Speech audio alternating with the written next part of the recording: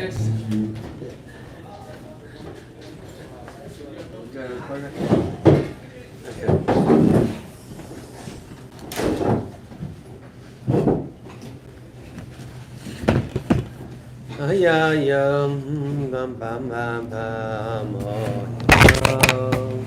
ready? Come. We'll sit closer. It's really Geshmaka Indian today. When Reish Sadi Beis, Hilchas Shlichus Yad, Seif Zayin in the Ramah.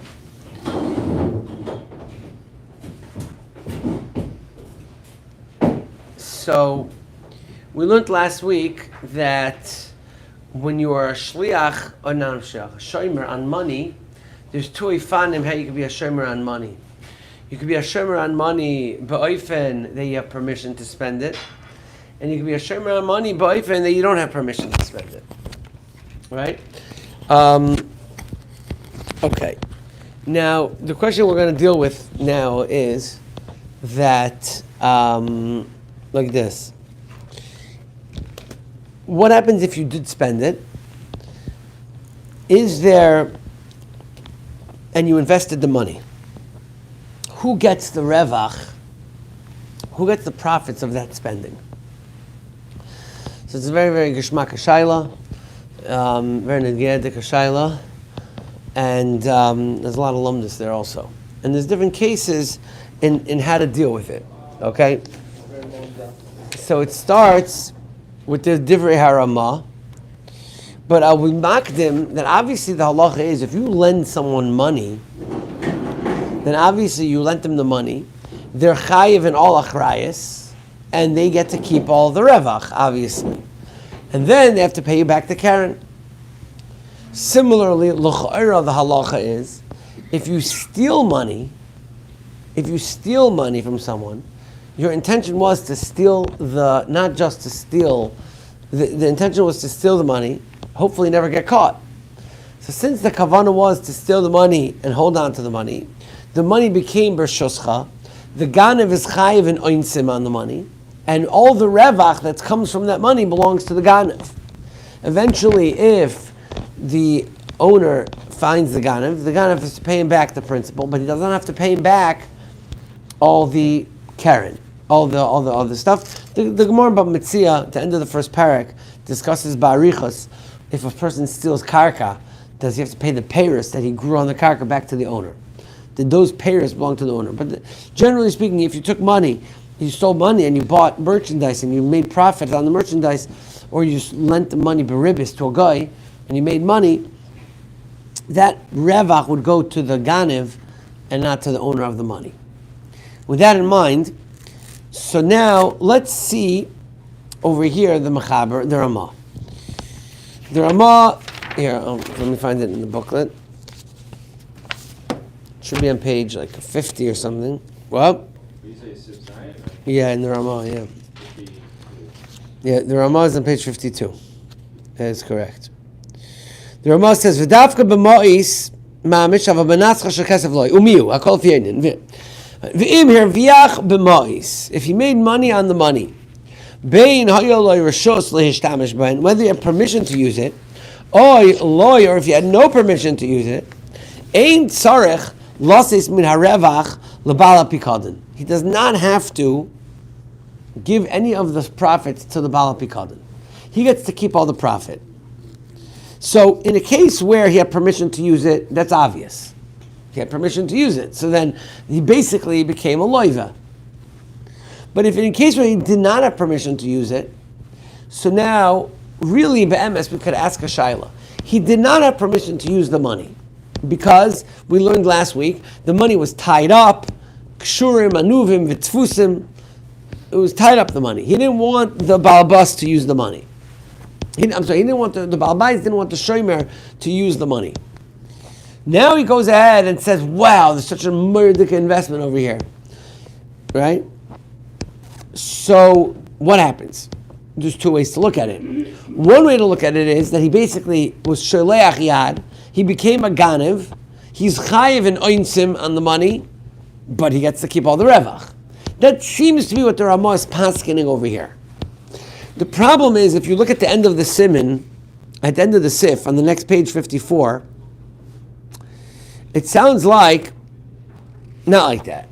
Because if you go to page 54, the Ramah says, V'im nis'asek bahen l'tzorech ba'al apikadin.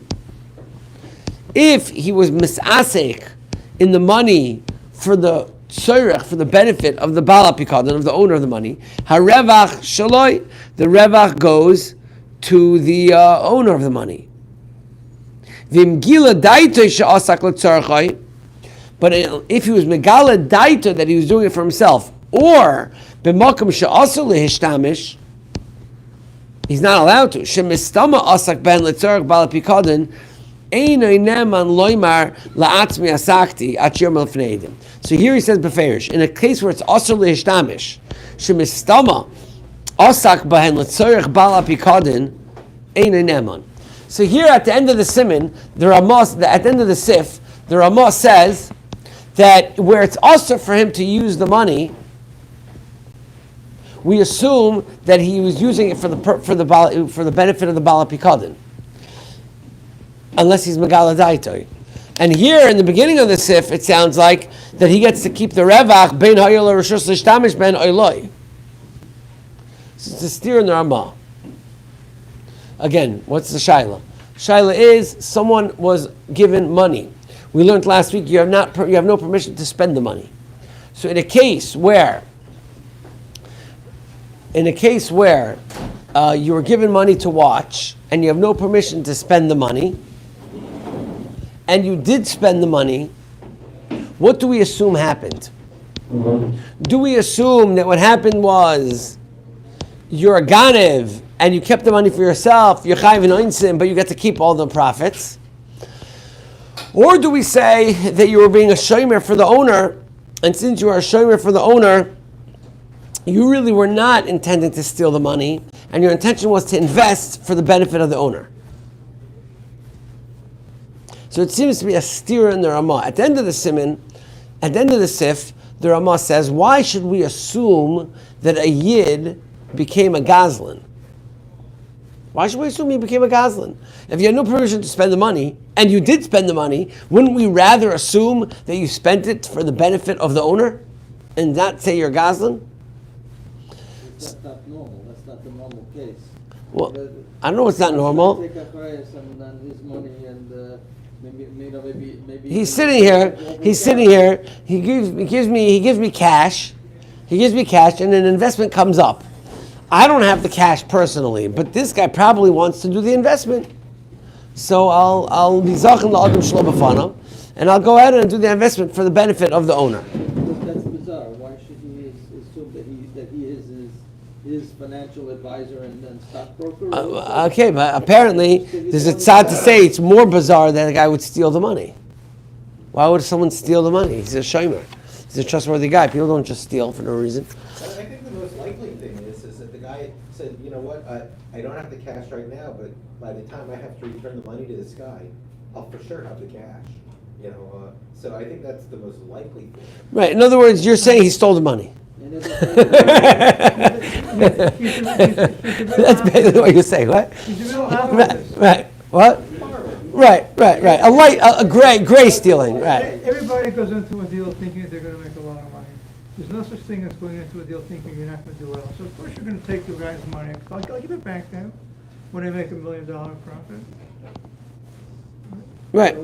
I understand. Okay, so I'm just saying there's a steer in the Ramah. At the end of the sif, the Ramah says very clearly that if it's usher, then we assume he's doing it for the owner, unless he's megala daitoi. He has to be megala das explicitly that he's doing it for the balabais. In the beginning of the sif, the Ramah says, no, like you guys are saying, no, we assume he's doing it for himself. And we assume he's doing it for himself, and b'meila he gets to keep all the profit. The owner comes and says, where's my money? He says, I'll get it for you, but by the way, we made it. When we get it from you, where is it? I just put it in the stock market. Oh yeah? Oh, did it make money? Yeah. Okay, so I want that profit. It was my money. And what if it lost money? What if it lost money? So if it lost money, you're a gazlan. So if you're a gazlan and it lost money, then you have to pay me. Can't we apply, can't we apply? the Oh, so you can't have it both ways. So therefore, right. We have a principle, Well, okay, so there's no chayte. So there's no chayte over here. He didn't do it. That's the question. Was he chayte or not? I don't understand.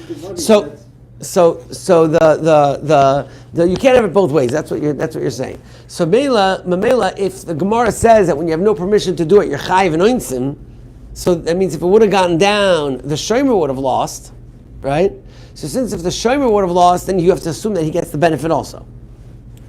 That's what you're saying, right? The other way to say it is that he was doing it on behalf. What? He has some ulterior motive. Otherwise, why would he just all of a sudden Okay. he's going to be his stockbroker for free? Okay, What is it? I don't know. Maybe it owes him a favor. So so this question of the stira in the Ramah, the Sma asks this question in Sifkat and Chaf, which in this page 52 is on the outside column, and basically he says that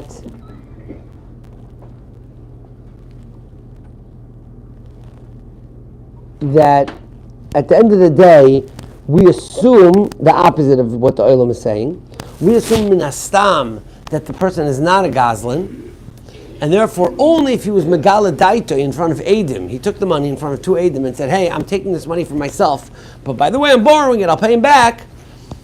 Then we assume he's doing it for himself, but otherwise we assume he's doing it for the Balabayas.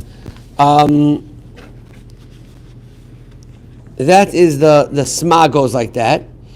And the Nesivus has a different Mahalach. The Nesivus says it really depends on the Metzias over here.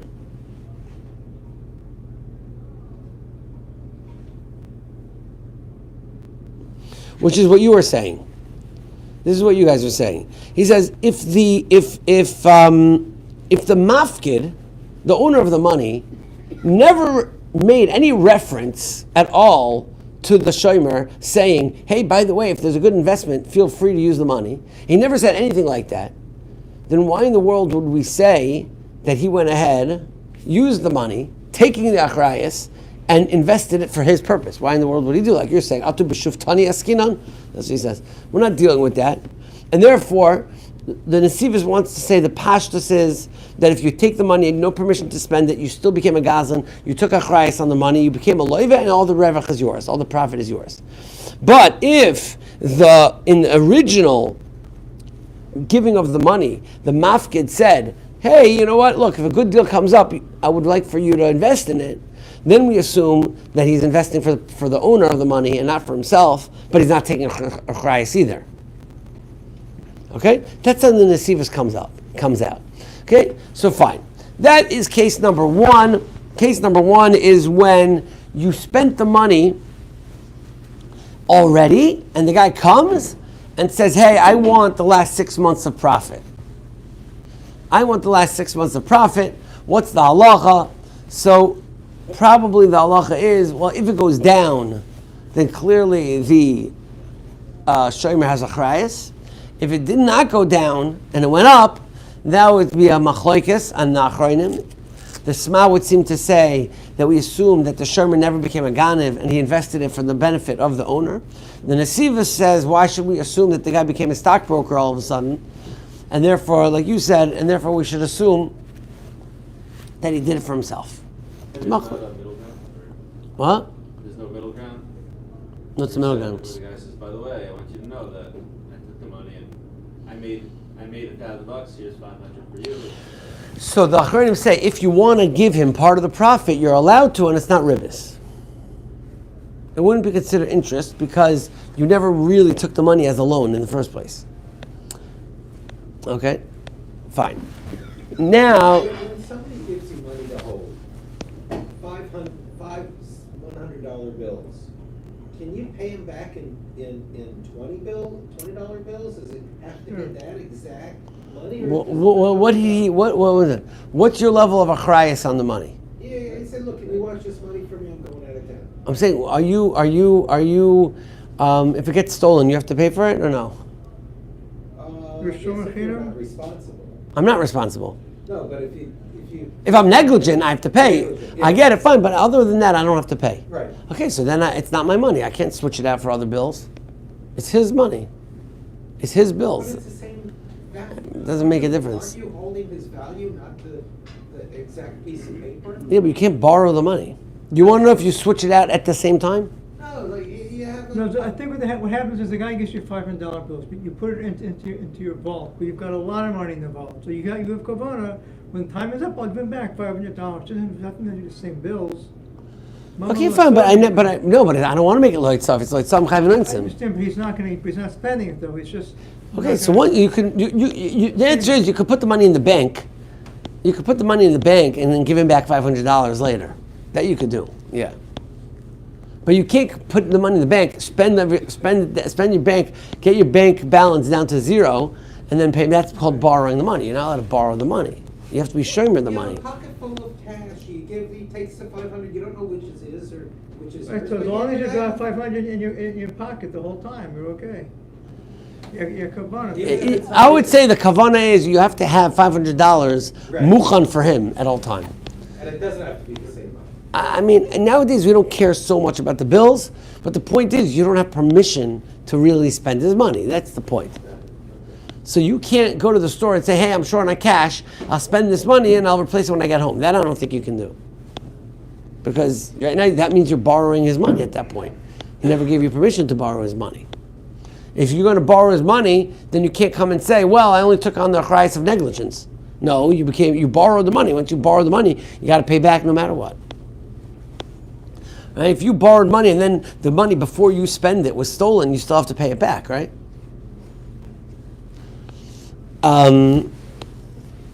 Okay. So, well, The whole Indian bothers me because what he did is also a halach. of course it's awesome. Yeah. Right. Why are we declaring that maybe you meant it right and therefore you can keep, I mean, whatever you did was awesome. Right, so that's the pashtus of the Nesivus in the Ramah, that therefore you're a Gazlan, and you're chayiv in Einsim, because you became a Gazlan on the money, and mainly you get to keep the Revach, because it's your investment, it's not his investment. That's what you're saying, right? I see it in Pashtus because Right. there's no Shiloh he did was awesome. Right, exactly. Right. See, that's where it's also, you can't go use his money for an investment, right? Because if you have enough money on your own to make the investment, so why are you using his money? Obviously, you don't have your money on your own to make the investment. So you essentially borrowed his money without permission. That's a problem. Okay. Now, what's more common or more interesting in halacha, and is the next case of the Ramah.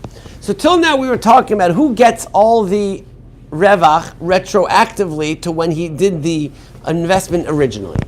Says the Ramah Vayter on page 52, on the bottom there. No, 53, top line. Miu imba bala pikadon ve'amar tainli pikdoini ve'ani arviach bohen be'atzmi. Now what happens is, and this is Ma'asim B'chol Yom, the guy comes back and says, okay, can I have my money back? Remember that 10 grand cash I gave you to hold because I didn't want to put it in my bank? Yeah, by the way, why didn't you want to put it in your bank? Well, I didn't want to put it in my bank because I wanted to have it very liquid because I may have a cash deal. Okay, by the way, the cash deal just came. I need my cash back. Can I have it? Oh, I spent it. Well, when you spent it? Yeah, well, actually, I made an investment already. So now, because the shomer made an investment, now I cannot go ahead and make my cash investment. So he says that's the case. Give me back the money. I want to make money. And he's holding on to the money. So now, chayev litein harevach mikanu lahaba. He has to give all the future profits that he makes from that day on back to the owner of the money. Now there's a pele atzuma of this halacha. But the halacha, what we're saying is, the guy comes in Tevei, has $10,000 cash back, and he says, it's gone. When he's gone, where is it? I bought some stocks, so it was a good idea, whatever, it's going up. Okay, so you go to the date when he was Tevei back the money, I gave you the money January 1st. I came now June 30th after 6 months. And I say, I want the money. He says, no, I don't have it. So now the guy says, I'm not going to have it. You now, all the profits that come from, according to the Ramah, from July 1st and on, belong to the owner. Now, Speaking of the origin of your original investment, of the Sheme's original investment. the show is done, but not the retroactively, but Mikan al-Haba. Right. Now, the question is, a lot of questions on this. First question is, the Shach. The Shach in Tzivkat and Tezvav argues on this halacha, and he says, based on what we learned last year, or last month, or whenever we learned it, he says, what do you mean? But this is grama. This is called a grama. This is called mevatel kisoy shel chaveroi. Mevatel kisoy shel chaveroi is a grama, and you're not chayiv to pay for that grama. What's the case? If in general, let's say a different case. Let's say the guy would come and say, I have an investment, $10,000, I need cash, and in 2 weeks he's flipping me back the money he's giving me back $12,000. I have $2,000 profit I can make now in a week. I need the cash now. And he says, I don't have the key. I don't have the key. I have your money. I never spent it, but I don't have the keys. I can't give it back to you. So I'll give it back to you in 2 weeks. So what's the halacha? The halacha is he's potter. Because that's called mevatel kisoy shel chaveroi. I held you back from making a potential profit. If I hold you back from making a potential profit, that's only a groma.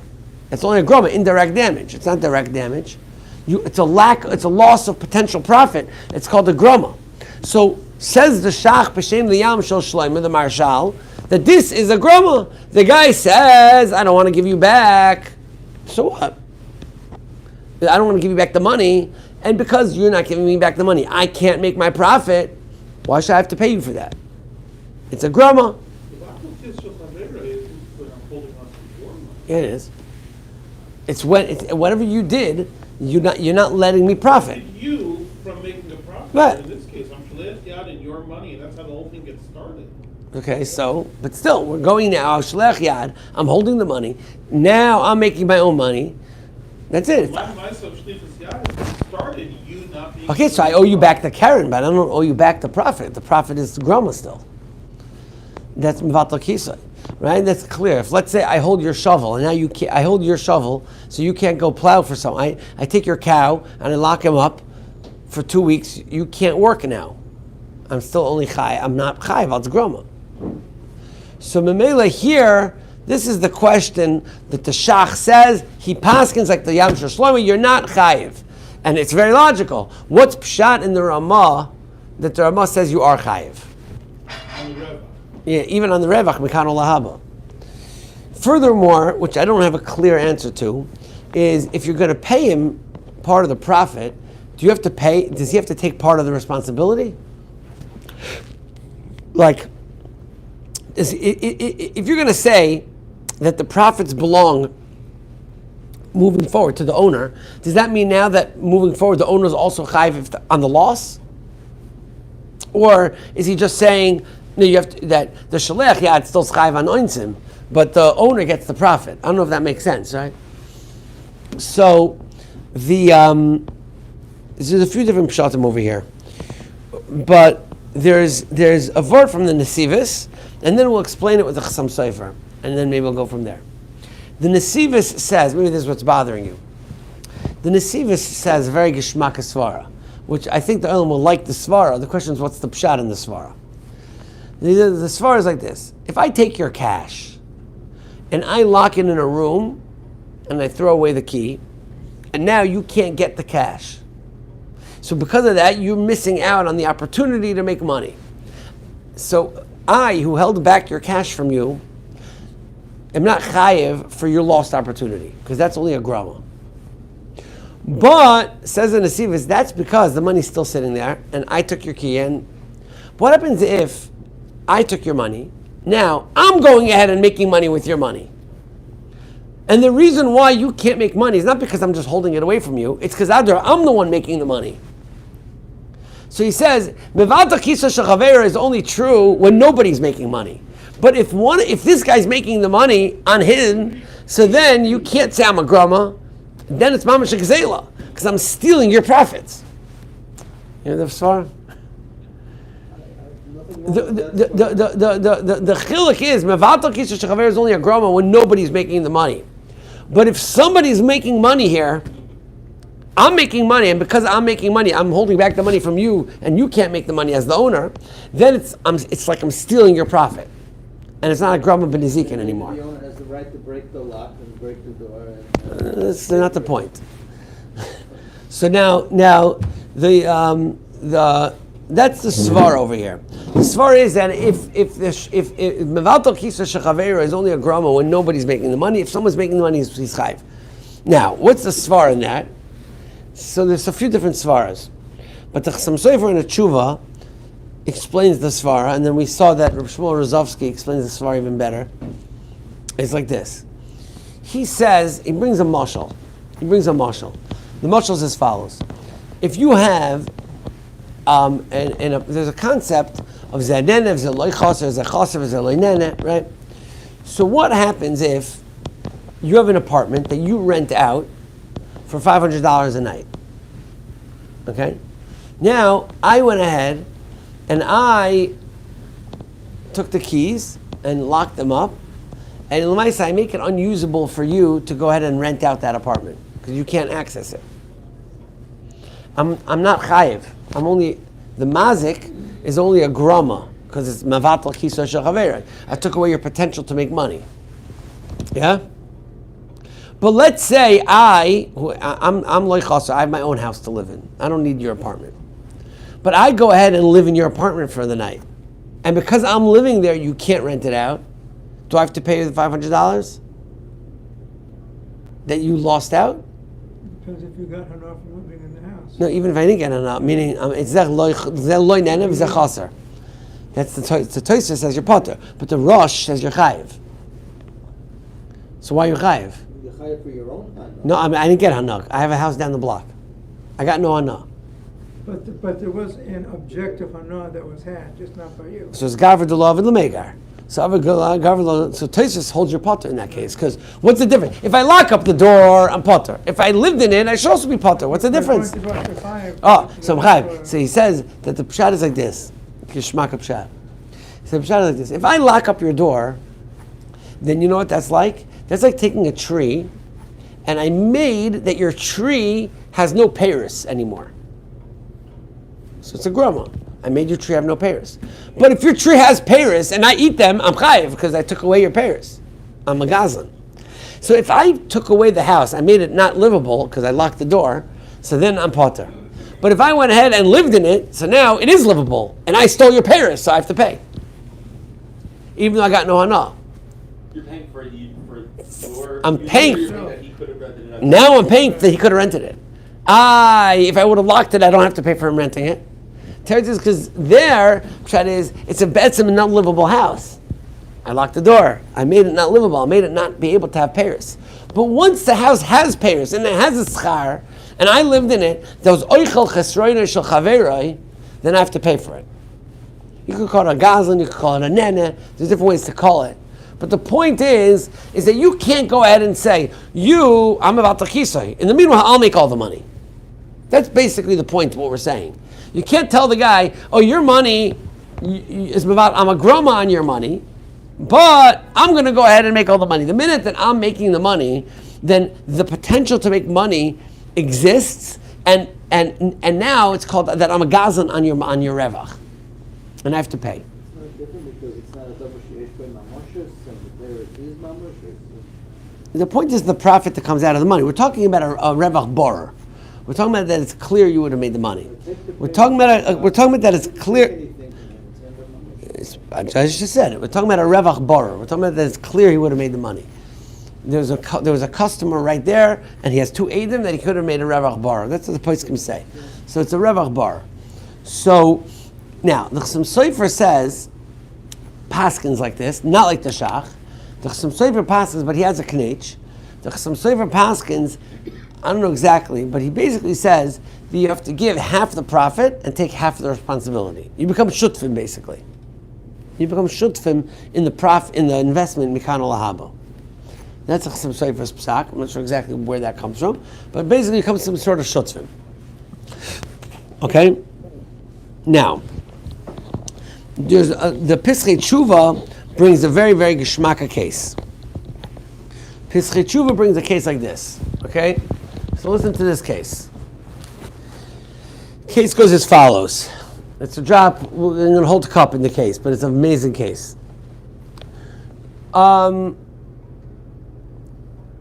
Ruvain owes Shimon $1,000. Ruvain owes Shimon $1,000. Shimon, now Ruvain and Shimon find themselves in the they used to make these expos. What's it called? Whatever, the shuk. Twice a year, every 6 months, they would go to the shuk, and all the big merchants were there. So this merchant comes, is Ruvain, who owes Shimon $1,000. He comes with some merchandise. So he has a piece of merchandise that's worth $2,000. It's worth $2,000. Retail. What? Retail 2,000? Even not. Okay. I would say, let's say the actual value of it is 1,000, and he could sell it. The actual value is 2,000. He could sell it for 2,500. Okay. Shimon comes, and at the beginning of the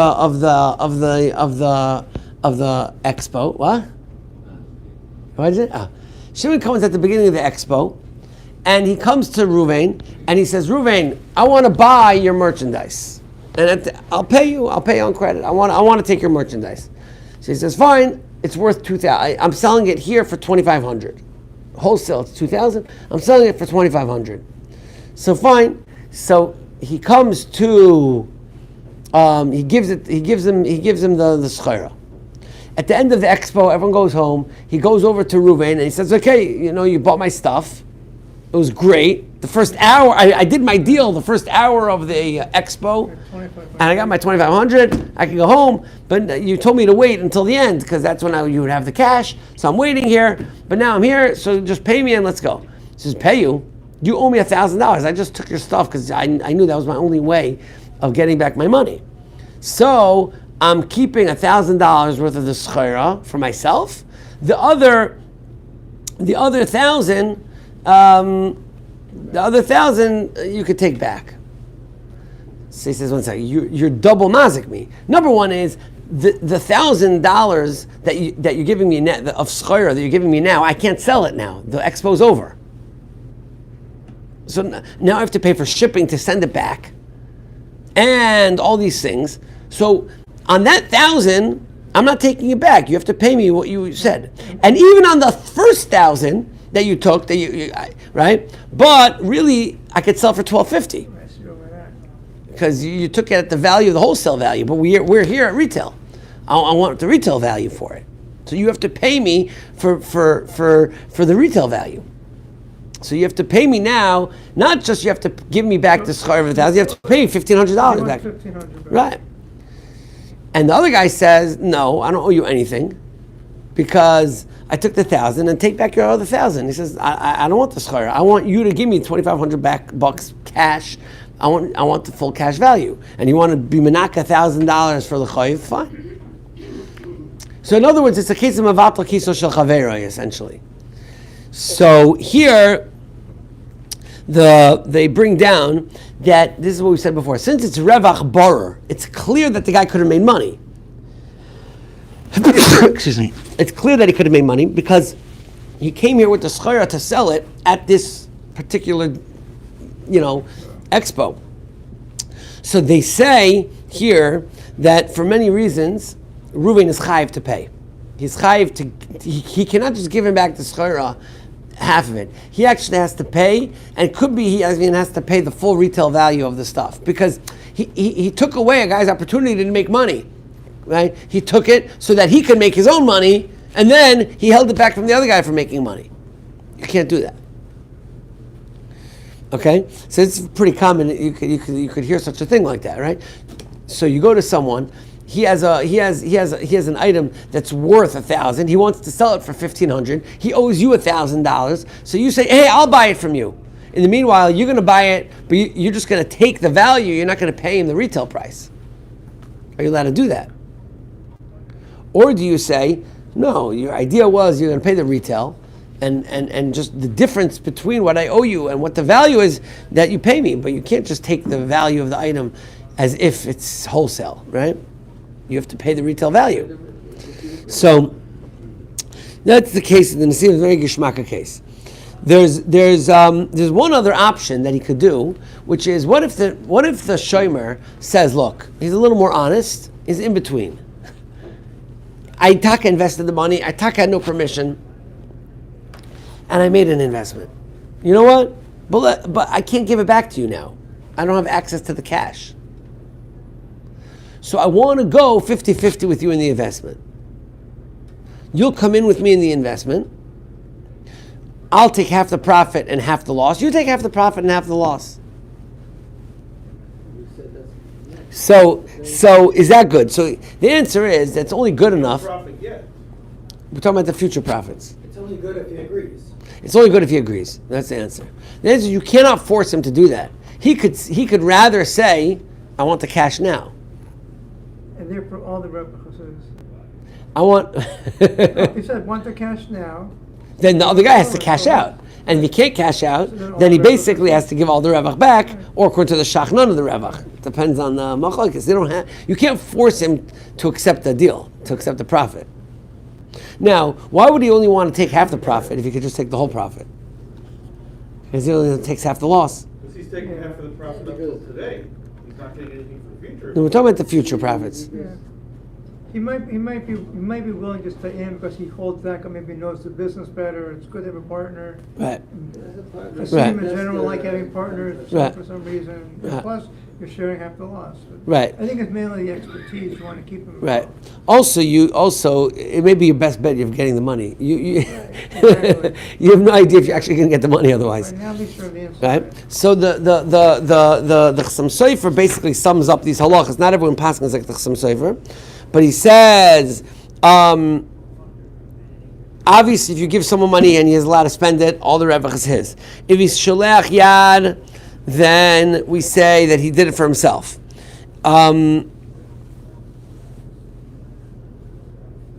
If he makes money and the guy comes and wants it back, then you have to split it 50-50. And then in the last halach he says that that if you gave someone schara to sell, what's the halacha? What would you say? What's the halacha in a case where, let's leave you off with this shaila. This is a great shaila. No shlichus yad, but the guy was pesheya. So, one last shaila, everybody say. What's the shaila? Like this. You made someone a shliach to sell your esrogim for you. You got a whole caseload of esrogim, and you gave him esrogim to sell for you. It comes to you after Sukkot, and you come and say, "Hey, can we split the money?" He says, "Oh, I didn't get around to it, but no problem. You can have I can still give you back the esrogim." What's the din? Is that called mevatel kisur shel chaveroi? Is that called stayed up mazik? Is that called groma? Or zero? I mean, basically, I'm mevatel kisur shel chaveroi.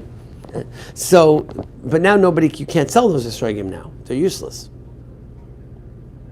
So what's the din? So the Chassam Sofer says, "Hanoisin ma'is l'shluchai likach loy peiros eschara v'yashav v'halach le v'loy kana klum ubita kisai im ein hezeka shaza barer ein loy boy klum aval im hezeka barer then he's pesher and he's chayev." What? So he says, "I have a ritzvah, but Metzia says this explicitly that you're chayev when it's a revach barer." But he says, "I don't know other poskim that said like this ritzvah." So it's not clear. So he says, if the din Torah would come to me, I would make up shara. Or if the other guy can tie in and accumulate like the other people. Right. So he said, I'll make up Shara, but this is it's Zikr. Huh? Has to be after Sukkot, or meaning? Yeah, he comes after Sukkot and he says, hey, I mean, the same we're- kind of thing, olive oil, and then after Hanukkah, it's not worth anything. Like I'm saying, a guy comes Sure, and there's your said with, cook. takes $200 for Not the Sukkot. same price. Usually people saying it comes 2 days before Sukkot. no, I'm talking about, Usually people buy $200 Sukkot after. okay, I was asking detail, I don't know, but the point is that I gave you money to spend, The point is the guy and, slept the whole and he Sukkot slept the whole together. Sukkot, and now I've no value in this, or in Chayiv. Yes, no, No other Rishonim say this story. He says it's Tzva and it's not Klar. That's what he says. Sure, it's Machlekes and- Go ahead. This picture looks